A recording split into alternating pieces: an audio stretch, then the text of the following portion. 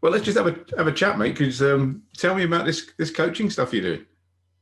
Yeah, I decided I was going to look at taking on the uh, life coaching program when I came out of the hospital, and basically because the fitness level that I'm on at the moment is not going to quite cut it for doing all the other stuff that we do.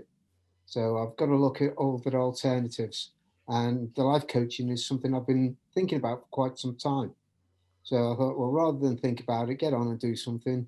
Signed up for an online course and finished that yesterday. So I'm all happy with that, and just going to push forward with it.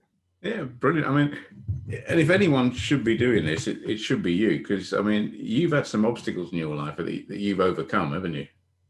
I, I'd say the main ones, thinking back, obviously the ones that come to mind are the ones in the last 6 years. Uh, as you know, 6 years ago, I had some brain trauma. In fact, I had lots of um, brain traumas. It started off with training. I'm a martial artist, so I do the karate, and I ended up with what's called a subdural hematoma because I was taken down with a scissor sweep, which is a great technique. Unfortunately, if you don't land properly, it can be devastating. And I didn't land properly. I smashed the back of my head, had a bleed on the brain. So I've got two blinking great big holes in the top of my head where they did borehole operation, and ended up in hospital with that. But that was okay. Got over that. Came back, started Hang training on a minute. again. They actually said you wouldn't walk again, didn't they? That was later Oh, was that later? Was it? Oh. because I also went back in after that a few months later because I was having more headaches and problems, and they did a CT scan, and what they found is I had an aneurysm, and which was a bit of a shock because they didn't find it on the first one. So whether or not they missed it on the first scan, which I can't see happening, or whether or not now this aneurysm had started to grow as a result of the initial fall with the trauma to the brain, which is possible. And I was told that I should have the operation to rectify it. And basically, the way I was told with that was by a young doctor who came into me. He says, and he sat down with me. He said, "Mr. Keates," he said, "let me just explain something to you." He said, "You've got an aneurysm there, and if that blows, if that bursts, you've got an 80% chance of dying." Well, yeah, it was a no-brainer, really. I said, Yeah. "Just let's do it," and hence I've got scars across here. Um, and they did that. They opened me up. I had a craniotomy, so they opened the skull, and they clipped the aneurysm. So I've got a bit of titanium metal in my brain, um, which was all good. Obviously, the main thing is I was alive. Um, but unfortunately, while I was on the operating table having the clipping, I also had a stroke. Um, and I didn't know anything about that until I came round, and some poor nurse had the responsibility of telling me that it was a minor stroke. But Hmm. when I did come round, I was paralysed down my left side. I had a slight spasticity in the hand, couldn't work my left hand properly, and I couldn't walk, obviously. So that was a bit of a challenge. More than anything else, that was the hardest thing to try and get over. But I remembered actually being on course with yourself just prior to actually going in the hospital, and I think it was the NLP program that we ran, and we were talking about the way the brain works and neuroplasticity and the way it can reschedule itself and remodel itself. And I started thinking about that and how the more you practice something, the better things go, the more the synapses start firing together. And that really helped me because I was determined I was going to get out of that hospital. And we were talking earlier on, you and I, about setting goals.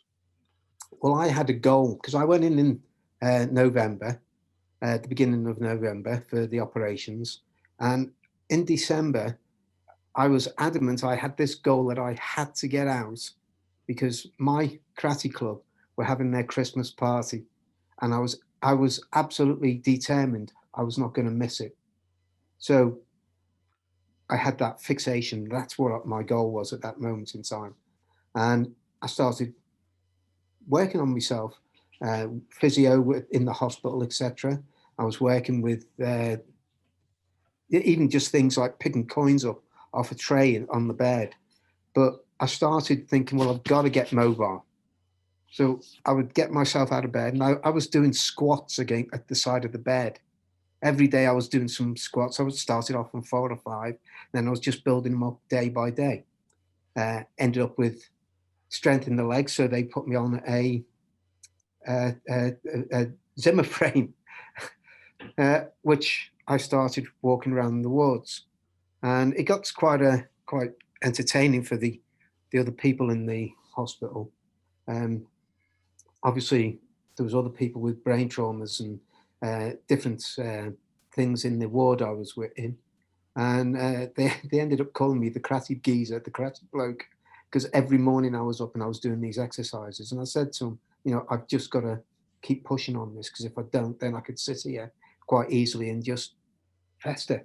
And I thought, if I do that, I'll just give up, and I don't like giving up. So I started walking. Then from the Zimmer frame, I went on to crutches, and I managed to get it. The physios were quite happy with the progress I'd made, that they allowed me to come home. And literally, it was the day before my club's Christmas party, so I went to the club with my crutches. I couldn't drink or anything, but I just wanted to be there with everybody. Did a bit of karaoke on the night, so that was all good fun.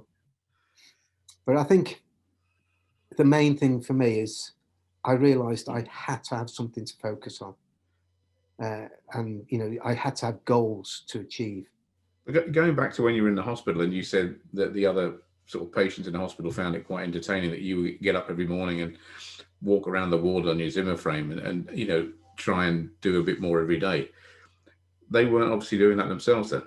No, I don't remember seeing anybody getting out of the bed and pushing themselves, because let's face it, everybody who's in those wards have been through a lot of traumatic experiences, and I don't think they had not the get up and go. I don't think they had the vision or the goal. They just wanted to get better. But I had more than just wanted to get better. I latched onto a reason to get out, and obviously the other reason was my family. I wanted to get back home. I wanted to be with my family. It was Christmas time, so I needed to get out. I needed to do that. And this is one thing about coaching, because we're going to talk about coaching and goal setting in a minute. But I wrote this stuff down today because like you're doing now. I went through all the training years ago, and the difference between a coach and a therapist and a mentor and a consultant. Coaching pinches bits from each of those, of course, but there's a difference between a coach, and a coach works on the individual and has to give them that vision of the better them. It's got to give them a vision of where they want to be, not necessarily whether they're more intelligent or doing things at a better level, but it's a very personal thing. And this is saying, this is the vision you've got to have. Now you need to figure out how to get there. So we don't tell them how to do stuff per se. Absolutely, we're building the vision and motivating and inspiring, and that's the whole key aspect of a coach. But you did that for yourself. Yeah. I've had coaches, obviously, in life. I mean, I do look at you as a mentor and a coach, to be honest. But I also had people in my previous career.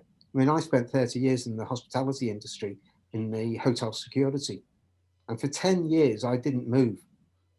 I was just a security officer for 10 years in central London in Park Lane, and I didn't move. But I kept seeing other people moving ahead of me, and overtaking me and getting promoted. And I remember going to my boss at the time and saying, well, why aren't I getting approached for this? why is nobody speaking to me? And I remember definitely him turning around and says, well, Paul, we never thought you wanted it because you've never come forward and said anything. And I thought, well, yeah, I do. And within 6 months, I was the deputy head of security in that hotel, which is the Grosvenor House on Parkway. And within a year of that, I was head of security of the Waldorf Hotel. Because once I'd decided I wanted it, then it was quite rapid. The promotion and the fact that people really now took me as a legitimate manager. But I had a person who basically took me under their wing, and he was my boss at the time, a gentleman by the name of Bill Fairweather. And he was an old school police officer who was ex-CID, and he took no messing. He was quite forthright, let's put it that way. And he literally took me under his wing, and he showed me what I needed to be doing. And I'll never forget, we had an investigation into a massive fraud within one of the hotels that I was looking after. And we were interviewing all of the staff involved. And he said to me, he said, Paul, he said, what you've got to remember is go with your gut feeling. And he said, who do you think is responsible for this? He said, somebody in this office is responsible for that major loss. And we were talking tens of thousands of pounds. And I had a feeling about somebody, but I didn't go with that. So I started looking logically and thinking, well, who's going to have access and everything else? And he said, well, let's write down who you think. And we wrote them down, and we kept hold of these little notes. And when we actually called the guy, it wasn't the person I thought. And he says, who did you have down? Because we actually caught him. He tripped himself up, and we had a major bust with him. And I said, well, it wasn't me. I thought it was the cashier. And I said, who did you? And he turns over his paper, and he's got the guy's name on the top. He says, I didn't know. He says, I just had that feeling. He says, like I say, always go with your gut feeling. And I remember that all the time. And I've always gone with my gut feeling ever since then. And it's worked well for me, totally honest. But he also then showed me what to be looking for and how to do things, not giving it to me, but show me the way to do it, where I can find that information. You know, how to do an investigation, what things to be looking out for. But it wasn't a case of him doing it for me. It was a case of him giving me the tools to do it himself. And, that was great. I enjoyed all of that. But it's really interesting in what you're saying, because, you saw other people getting promoted. You weren't getting promoted. And the only reason is because you didn't raise your hand and say, I want that. Yeah, absolutely. And they didn't have that vision. Yeah, and there's so many people out there. I mean, I did a short video the other day about, if you have a big enough dream, the fact you've had the capacity to have the dream means you've got the capacity to fulfill it. Yeah. And there's a lot of people that have these visions, they have these dreams, that they want this, whatever it is. And then they talk themselves out of it. They go into logic mode and talk themselves out of it. I can't do it. It won't happen to me. But the very fact they've got the capacity to have the dream means they've got the capacity to make it a realization, which is what you did. You said, right, I want it now.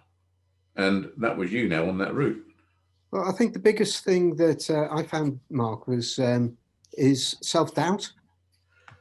And you've got to get over that self-doubt, because what we tend to find is when you're thinking of doing whatever it is you're doing, it's like me setting up my business, doing the training that we do. There is, to a degree, is, am I able to do that? Am I confident enough to do that?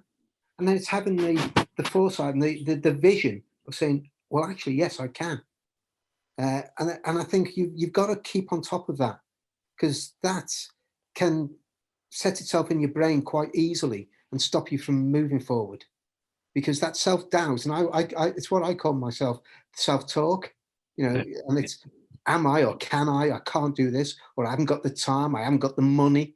All of that is, it's so detrimental to the way you're thinking. And going on the stuff that you put out, and and I've looked in other areas, is we all know, and especially if we've been on your courses, is what you're thinking here will manifest itself.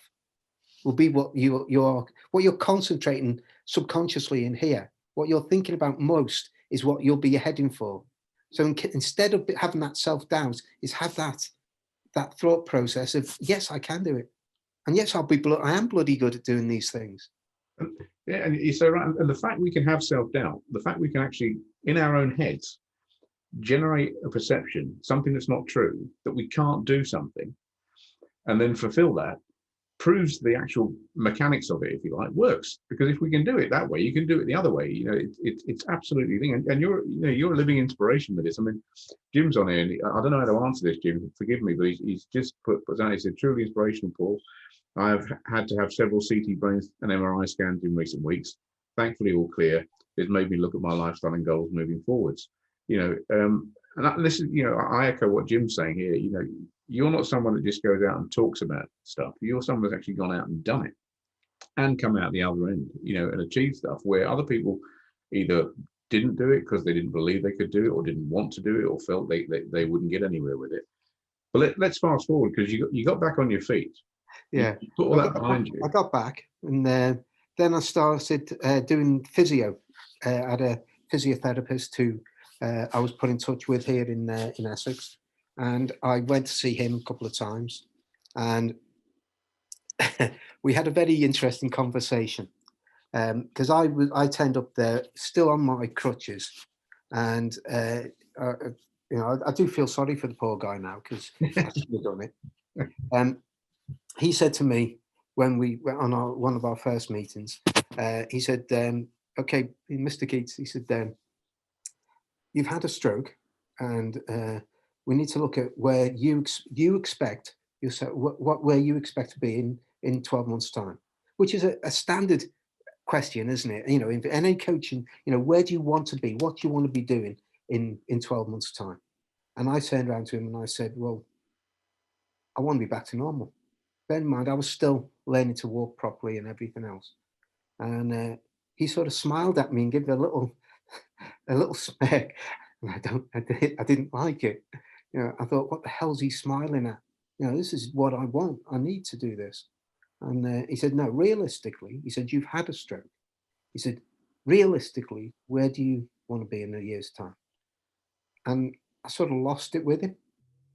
And I turned around to him and I said, I'll tell you where I'll be in a year's time. And I said, in a year's time, I'll walk a mountain. I'll climb a bloody mountain. And he did that little smirk again. And I only went back once more. And I just thought, no, I just can't work with this guy. So I started training myself. As you know, I do the martial arts. So I went back to my karate roots and I started working on my basics, my balance, my form and everything else, which really helped. And it also helped that I had people there who were supporting me, you know, as with my family, with my friends. And 9 months later, I climbed Snowdon, which was challenging. I remember you doing but that. I didn't have a walking stick, because he said, I'll have you walking. The biggest thing for me was when I'd said that to him, he said, well, I'll tell you what we will do. He says, in 12 months' time, I'll have you walking with one stick. I said, nah, that's never going to happen. I'm not going to have a walking stick, because he brought out this old man's walking stick, and I don't see myself as an old man. You know, even now I'm 61. I'm not an old man. No, it's a mindset. So we climbed Snowdon, but I don't know if you remember, over that year when which must have been 2016, 16, sorry, yeah, 2016. I did the refreshers with you guys, and I was still a little bit doddery at that point. But I'd started doing the 22 for the 22. that's right. Which you joined in, and we all did it there. Well, my aim was to do the last set of 22 press-ups at Mount Snowdon at the top. I didn't do it on that time because when we got there, we got to the top, and it was a gale was blowing. It was 80-mile-an-hour winds. People were being moved off the top of the mountain. They'd closed the paths, so nobody else could come up. So we got to the top. There was hundreds and hundreds of people at the top. It was ridiculous. But there was this gale blowing, The railway had been shut down, so there was nowhere, you couldn't go anywhere on, you couldn't get back down. They closed the toilets and the cafe, so you couldn't actually take any shelter. So we walked back down, we came down. So I never got the chance to do the 22 on that time. So I went back the next year and did 22. Good man. On the top. And that helped me doing those 22 again, but that was a target. Yeah. That for me was something to keep me going. I was still pushing myself to get fitter. I started work again, but I'd set a precedence in myself. So when I was doing the walks and everything, I started raising money for Help for Heroes, and at the moment, the figure I've raised is just over 4,000 for that, which was great because I didn't just do that. I then started looking at how else I could raise money and what could benefit me. So then I started doing triathlons. I'm not a sportsman. You know, I'm not a fitness freak. I'm not a person who deliberately goes out just to do that because it's something that I love doing. I'll do it now, and I do love doing it. But that was a challenge for me to do open water swimming, to start cycling again. I hadn't cycled for 20 odd years, and I got back on a bike. So I started doing triathlons to raise money for Help for Heroes, but also I found other causes that I wanted to work with. And yeah, so I did a lot of that. Then last year, yeah, go on. Yeah. October last year, during the coming up towards the second lockdown, I think it was, is I came down with COVID, and I went into hospital. I believe on the 22nd of October. I can't remember going into the hospital. That basically the end of October is a blur for me. And I was put on into the ICU. I was put on a respirator. I was put on life support. I was put into an induced coma twice, because the first time they did it, they brought me out and they put me on a thing called CPAP, sorry, which is a mask, covers your face, and it forces oxygen into your lungs. Because my lungs have been affected, you might be able to hear it now in my voice. So they were using this system on me, but I couldn't work with it. I didn't like it, and it wasn't something I could tolerate to a great deal. So they ended up putting me back into another induced coma. And when I came out of that induced coma, I don't know if you can see, I've got scarring on my neck. Yeah, I saw that. A tracheostomy. So I was breathing through a tube in my throat. And that was November.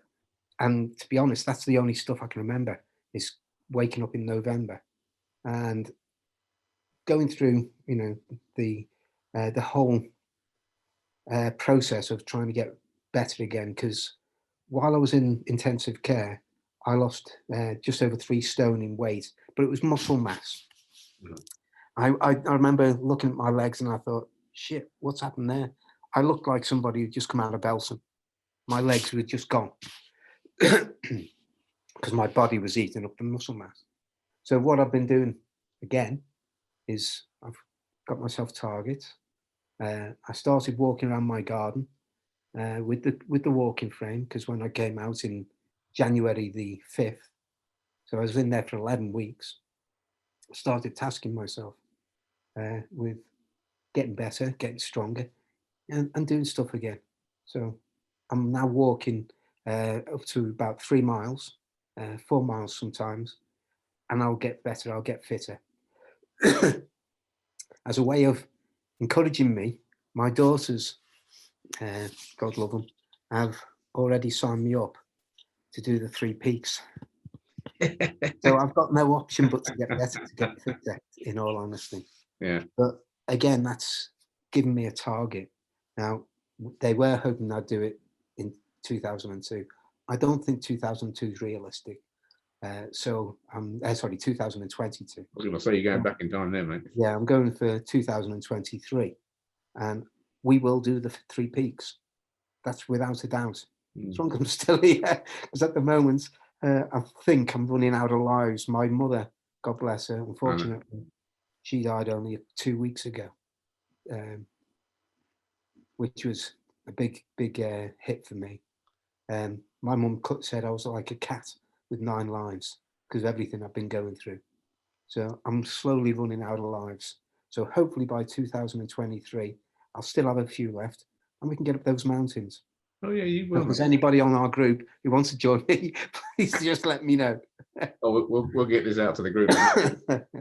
But it's, you know, your story is just absolutely amazing, and it's inspirational, you know, motivational. You know, you've had so many things happen to you, yet you're still positive and you're still goal setting. You know, that's the key thing, isn't it, for you? Yeah. Why? I'm an honest belief that you cannot. I remember reading somewhere is you can either get on with living or get on with dying, and you know, I'm not ready to die yet, so I'm definitely going to be getting on with living. And to get on with living, you've got to find things that you want to be doing. You know, I want to get fitter. I want to get well, which is my main target at the moment. But I also want to be able to do stuff with other people, which is why I want to look at the life coaching. I'm not certain what the future holds, but it'll be whatever it is. You've got to have vision. You've got to have things that you can look for and go towards. I really do believe that, and I think it's just the way I'm wired. You know, but I didn't know that all those years ago. If I'd have had this ability, well, I did have the ability, but I didn't reach inside myself to do it all those years ago when I was waiting to get a management position. You know, when I was in the military, as you know, I was in the Navy. It was just a job. It was a great job. Don't get me wrong. I loved it, but I had no vision. I didn't see myself as being a career person there. So again, I didn't push myself on that. I came out. I was quite happy just being a security officer in the hotels. And then I thought, well, actually, I need to be doing more. I've got family. I've got children. I need to be pushing myself. So hence I did. Yeah. But it wasn't until you've got that vision and you've got that foresight, you know what you want to do. You've got a clear path you can go and follow it. You can do it. Yeah, it's really interesting because this, by the way, all right, you know, see, Better Life Journal. This is one of my old coaching journals. I've got tons of journals where I write all this shit down. And when we decided to do this, I went back through and I started to look at some stuff that I'd written down years ago. And I've written this: what is a coach? Because, you know, I've done hypnotherapy and NLP and EFT and all the other stuff. And this is the difference between a coach, a mentor, a therapist, and a consultant.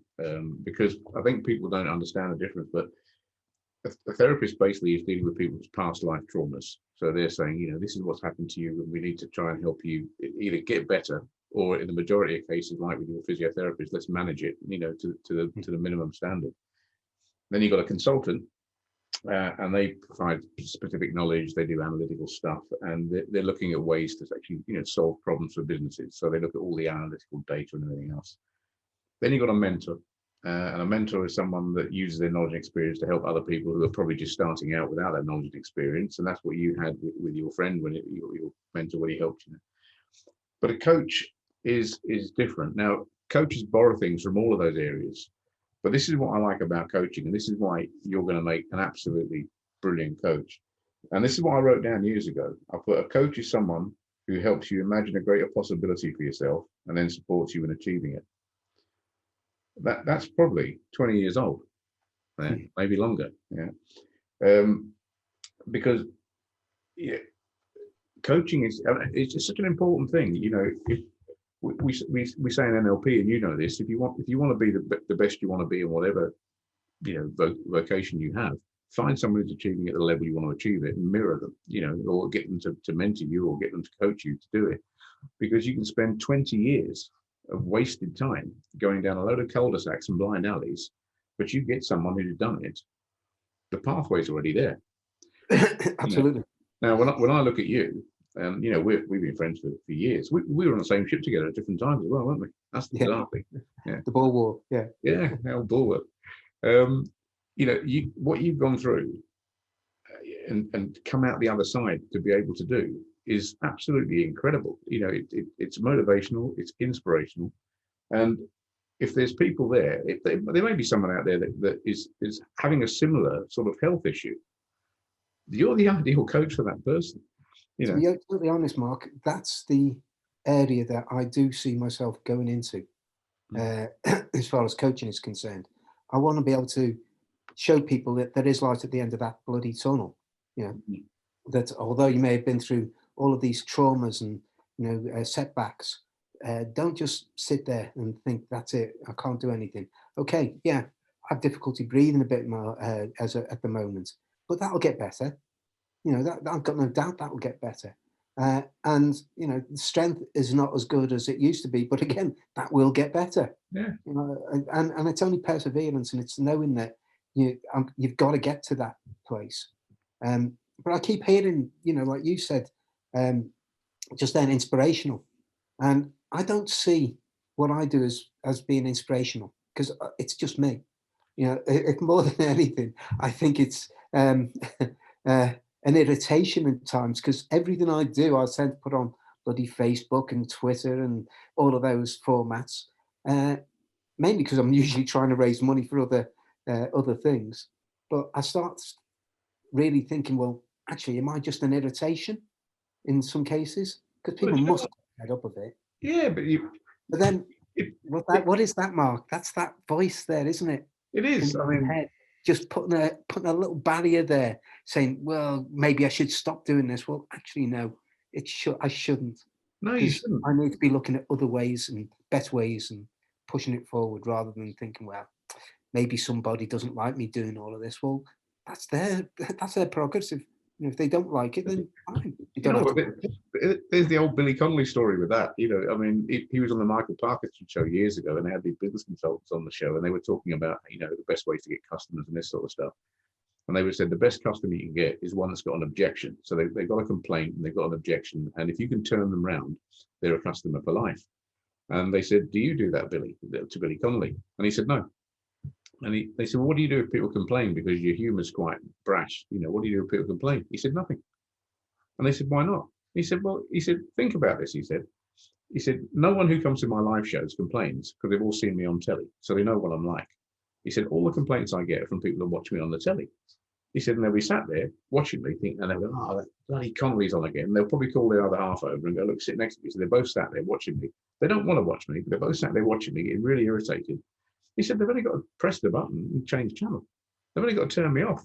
He said, "But they watch me and they get irritated." He said, "Then they go and sit in front of the computer, write me a long letter, write me an email, send it to me." He said, "I get it, I'll put it in the bin." He said, "Because they've only got to do that and it's gone." And, you know, like you, in many ways, I put out a lot of content. And through COVID and through the lockdowns, I've been putting stuff out primarily to try and help people. That's generally the main shift of it. And I have the same doubt you get, even though I write books on the subject and I teach the subject. I get the camera out and I think, what if people are sick of the sound of my voice here? Because I am, you know. And then an email drops in, and I had one the other day from someone. It was, and I was actually doubting whether to do something that day. And an email came through, and they said, "Look, we've just seen this video about this that you put out, and I was at my lowest point, and it's picked me up." And I thought, you know what? I don't care if 10,000 people hate what I do. If you Yeah, can as hit long one as there's person, that one person. that's all that matters, you know. And so you don't see yourself as inspirational, and that's part of the core of the values of a good coach, you know, because you don't see it in yourself. You know, most people who have been really successful don't see themselves as the person who should have success. That's part of the humbling feature of it. That's part of the humility of being a good coach. And this is why, you know, if people need help who have gone through similar stuff with you, I can't think of anyone better, mate. You've been there, done it, got the t-shirt and written the book. Well, I'll be totally honest with you here now, Mark, is when we spoke last week and I was talking to you and you said about why don't we come up on Saturday and we'll talk about coaching, etc. I was cacking myself. I was thinking, oh damn, he's now put me on a spot. I've got to, you know, I can either say, well, no, I'm not ready for it. But then, you know, if you're not ready for it, then you're just cheating yourself. So yes, absolutely. which is why, straight away I said, yeah, let's do it. I had no idea what I was going to do. And I've got notes and things that I've put together for what we were going to be looking at doing. And it's changed because, these things change. And when you said today, about people signing up and we didn't have anybody, and you said, just still want to go ahead. Well, actually, yeah, it was great because, it gives us a chance just to do this. And to be honest, mate, it's nice to see your face for a while. Not on a video recording, but talk to you face to face. Yeah, it's good to see you too, mate. But it's brilliant. And you've launched your coaching business now, haven't you? It's up and running yet. Well, I haven't launched it. I've got my qualification, which, to be totally honest, there is no real qualifications for coaching. It's, anybody can be a coach, but I thought I need to have some accreditation just so when I do put the website and everything out, then I can at least fall back and say, well, I've done the courses, I've got this accreditation, this qualification. It's worth as much as the paper it's written on, to be totally honest. Yeah, but what we do with it. Exactly. And I know now, because we're old sweats at this. Success is 80% psychology. And when I say success, if that means you can start walking again and you can go from having an aneurysm on the brain, major operations, to walking up a mountain, that's psychologically driven. You can do all the training in the world, and if you're not psychologically correct, it ain't going to happen. And we got people out there, in business and in relationships and doing stuff, and they've got all the qualifications. I mean, think about this. If all it was technology, every one of us would be a millionaire now. Because that's what the machine does. Yeah. If it's all down to technology, all of us would be living happy, successful, fulfilled lives. We'd all have fantastic relationships because the technology would take care of it. No, the technology is there to provide information. The psychology is there to make you a better person than what you already are, and to give you the ability to have that vision so you can actually look into the future. I mean, think about this. I said this the other day. This 3.5 pounds of stuff between our ears, which you, by the way, use and have used so well. It is the best virtual reality machine ever, because nothing else has been built without it. You can't build virtual reality machines until the virtual reality machine between someone's head decided we'll build an artificial intelligent virtual reality machine.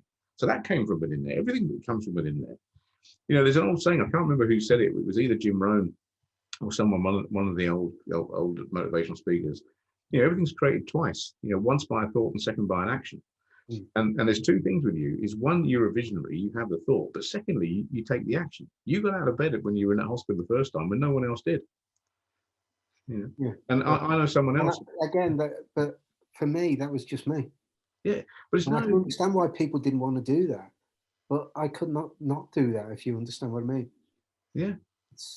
I mean, it's a very close friend of mine. I won't mention her name. She got cancer in her stomach, and she went into hospital.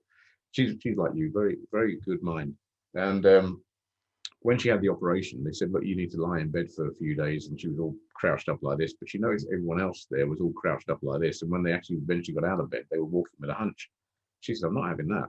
So she got out of bed and managed to stand as straight as she could, bearing the pain. And each day she stood as straight as she could. And within 2 or 3 days, she was walking around the ward with a straight back. And the doctors and nurses said, you shouldn't be doing that. You shouldn't be doing that. And she said, no, I don't want to end up like that. Now she's gone on to be a very successful property developer. Now you can argue that, well, she's got skills in property development. She'd never touched property until she came out of hospital having had cancer. It's the mindset. It's so important to have the right mindset. Yeah, and I think sometimes in life, challenging situations do help you along that way. I mean, obviously for me, the big one was, I've nearly died several times. So I appreciate how fragile life really is. But it's not just a case of taking part in life. You have to live life. It's no use just letting life go by. You have to live it. Yeah. So it's and the more you can the more you put into it, the more you'll get out of it. It's definitely something I'm going forward with now, even more so. Well, I mean, hopefully people will watch this because we're doing the recording and I'll stick it up on the coaching and mentoring group. But and by the way, if anyone is watching this as a replay, if you need any help, get in touch with Paul. Get coached by Paul. So I've just realised I've got the light flicking off my glasses here, because all I've got is a little picture of me there. So There you go. That's better. Yeah. No, I would say, yeah, just say. That comes off my head. But never Yeah, mind. you see your head shining now. Look. Yeah. But no, Yeah, I'm up for anything. You know, even if it's just a bit of guidance that I can do. At the moment, I'm quite happy just to gain a bit more knowledge and a bit more experience in doing this. So at the moment, not forever, I'm not going to be charging people for guidance and help yeah, at the moment, but it will happen. yeah. Well, I'm going to say something to you now that I said to Trevor Henry a while ago, and he always refers to it. So I'm going to go into the kitchen. I'm going to get a knife. I'm going to stab you in the eye, right? Because you just said, right? I can understand. I've got to gain a bit more knowledge. Bloody hell, mate! You've nearly died so many times, and you've come out the other end. How much more knowledge do you want? And by the way, you know this, and people watching this, I hope you take this on board. All right, you've got 400 billion neurons in your brain. All right, you've got everything inside you need to actually live the life, do the things you want to do, achieve the things you want to achieve. You just got to learn to unlock it, and that's where a coach comes in, because a coach is about you. A consultant is about process. It's about your business. A therapist is about your past trauma, and a mentor is someone who helps someone, is someone who's successful, helps someone that hasn't even started yet or is new in the industry. So they all work on skills, on processes, but a coach works on you. And there's no one better right now than Paul to lead you through this, because he has the knowledge and he has the experience, and he's very humble when he says, you know, I need a bit more knowledge and experience. No, you don't. Right? You're ready to go. And if you are watching this and want coaching, Brian, get in now, because he just made an offer that I'm going to go and stab him in the eye with, because that offer won't be around forever, because he needs to earn a living. Yeah. Yeah. All right. I'll work on that one then. You know, even Jim said it here. You know, the amount of knowledge and lived experience you have, Paul, is priceless. Absolutely. Yeah. Thanks, Jim. And Jim's also said this: to go through all of that and COVID, you have an amazing story to tell that might not seem inspirational to you, Paul, but is, and will be so motivational and inspirational to many others, mate. And that's what a coach is. Someone who motivates, inspires, you know, that's a coach. You know, it gives people the vision to be a better person, or, you know, be a better version of themselves than they already are. Yeah, because as you said, whatever they want, it's already in there. Yeah. You know, they've just got to be able to identify it, and, you know, with a little bit of help and a bit of guidance is being able to grab onto it and then go with it. But I do believe that it has to be associated with what you believe in life, because it's no use saying, oh, I want to do this job, but then you're thinking, well, actually, you know, I don't really believe in that, but it makes a lot of money, because that just doesn't work. No, it's got to be aligned with your values and your beliefs. Absolutely. Yeah, definitely. You know, and again, you know all about this stuff. You know all about it. You've been on courses, you've done it, you've lived it. You know, and then, you know, you've got the live through experience. Yes. Well, if I can help anybody, I'm more than happy to do it. Brilliant. Well, I'll tell you what, it's been an amazing 45 minutes, mate. It's been lovely to see you. Not 45 minutes already, bloody hell. Yeah, you wouldn't stop talking, you miserable git. I know, sorry. No, worth every minute, Paul. Wind me up and let me go. There you go. No, seriously, your story needs to get out there. Yeah, you need to be available for people. You know, I mean, I've been on these coaching courses. I've spoken on a lot of them, actually, their request. And don't get me wrong, people that go to be life coaches, absolutely brilliant.